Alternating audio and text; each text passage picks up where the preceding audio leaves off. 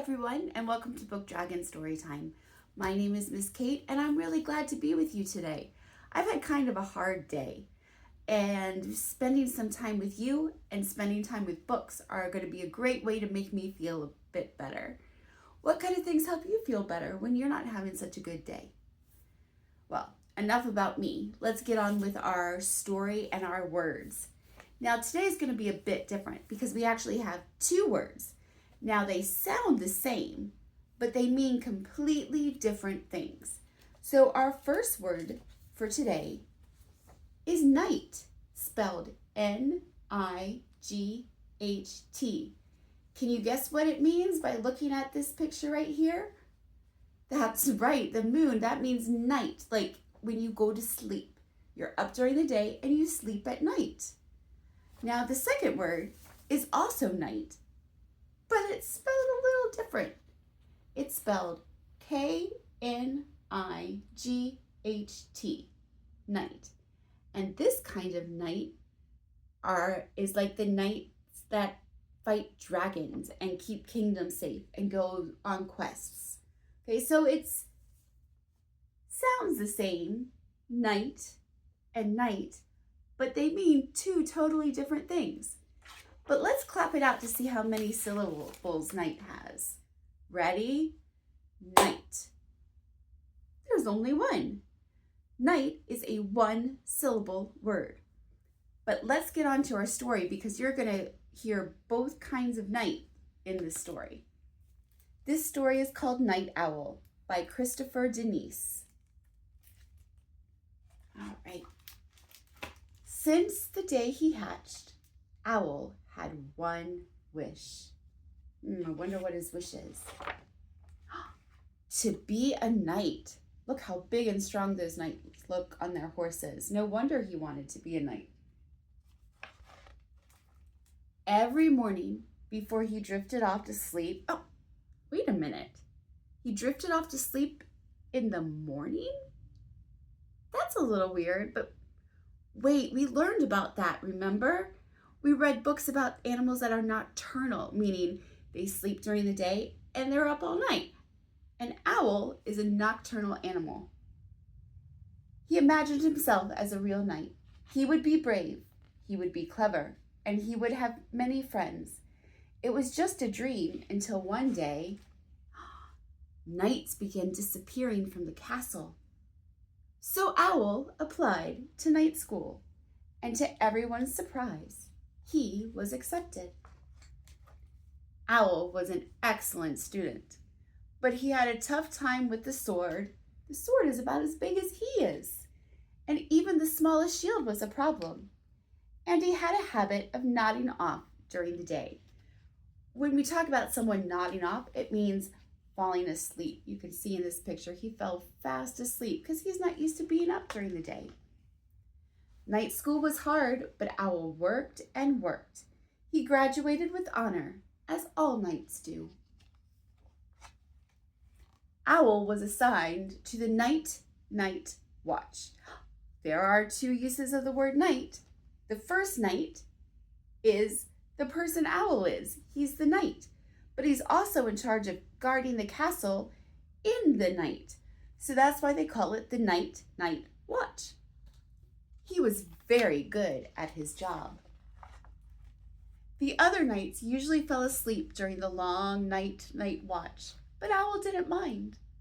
All alone on the castle wall, he finally felt like a real knight. Until late one evening, it was very dark and very, very quiet when Owl heard a strange sound. Whoosh! It sounded like a huge bird flapping its wings. "Whoo!" called Owl. "What do you think it is?" He heard the sound again. Whoosh! Whoosh! Whoosh! Whoosh! "Hoo! Hoo!" he called. Whoosh! "Hoo! Hoo! Hoo!" Owl called. Do you see what the whooshing sound is? That's a big dragon. Let's see, these pages like to get stuck together. There we go. Who, me? Said a deep voice. Who you? Asked Owl.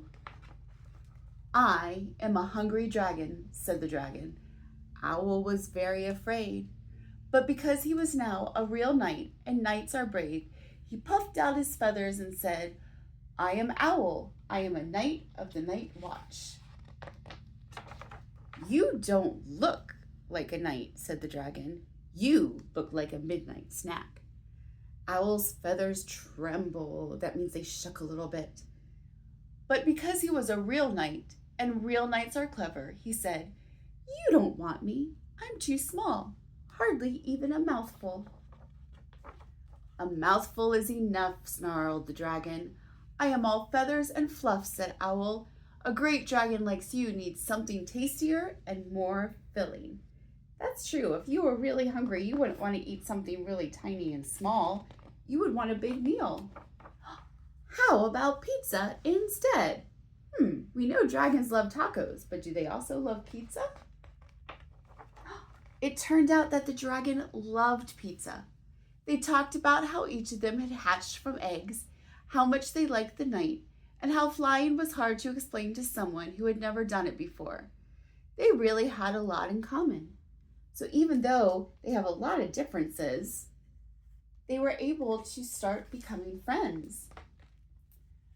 The following week, not a single night disappeared, or the week after that, and every night Owl patrolled the walls. It was very dark and very, very quiet, but Owl didn't mind because he was brave, he was clever, and he had many friends. Look, it looks like the knights are becoming friends with the dragon, and that the dragon brought little baby dragons. Wow, I learned a lot from this book. I learned that even if I'm small, you can do a big job. You just have to work hard. And I also learned that if I meet someone and it seems like we have so many differences, that I need to listen and ask them questions and learn about them. And then we'll find out, I'm sure, that we have some things in common. I liked that story, but I can't say goodbye yet. I have to share some other stories that I think you might like. And they all have characters that were in the book. This first one is called Dragons Are the Worst by Alex Willen. In this story, this little goblin is talking about how much he is jealous of the dragons because dragons scare people and the goblin really wants to scare people. Do you think he'll be able to scare someone? Maybe. You think he'll make friends with dragons? Perhaps. Make sure you check this out at your library. The next one is called Bright Lights and Starry Nights. And look, there's the owl right on it. And what I like about this book is this is a book you could read to a grown-up because guess what? It doesn't really have words. It's pictures. So you get to use your imagination and decide what the story is going to be. This one is by Andy Runton. And I love the pictures. This next one is called Princess Says Goodnight. And she's saying goodnight as in she's going to sleep, not a good night, like a person. This one is called Princess Says Goodnight by Naomi Howland. In this one, she talks about what she thinks a princess would do to say goodnight. And it's a lot of fancy things. So yeah, check these books out at the library. Also, let me know what you think about them. I enjoyed today, and I have to say I'm in a much better mood now after spending time with you and reading books.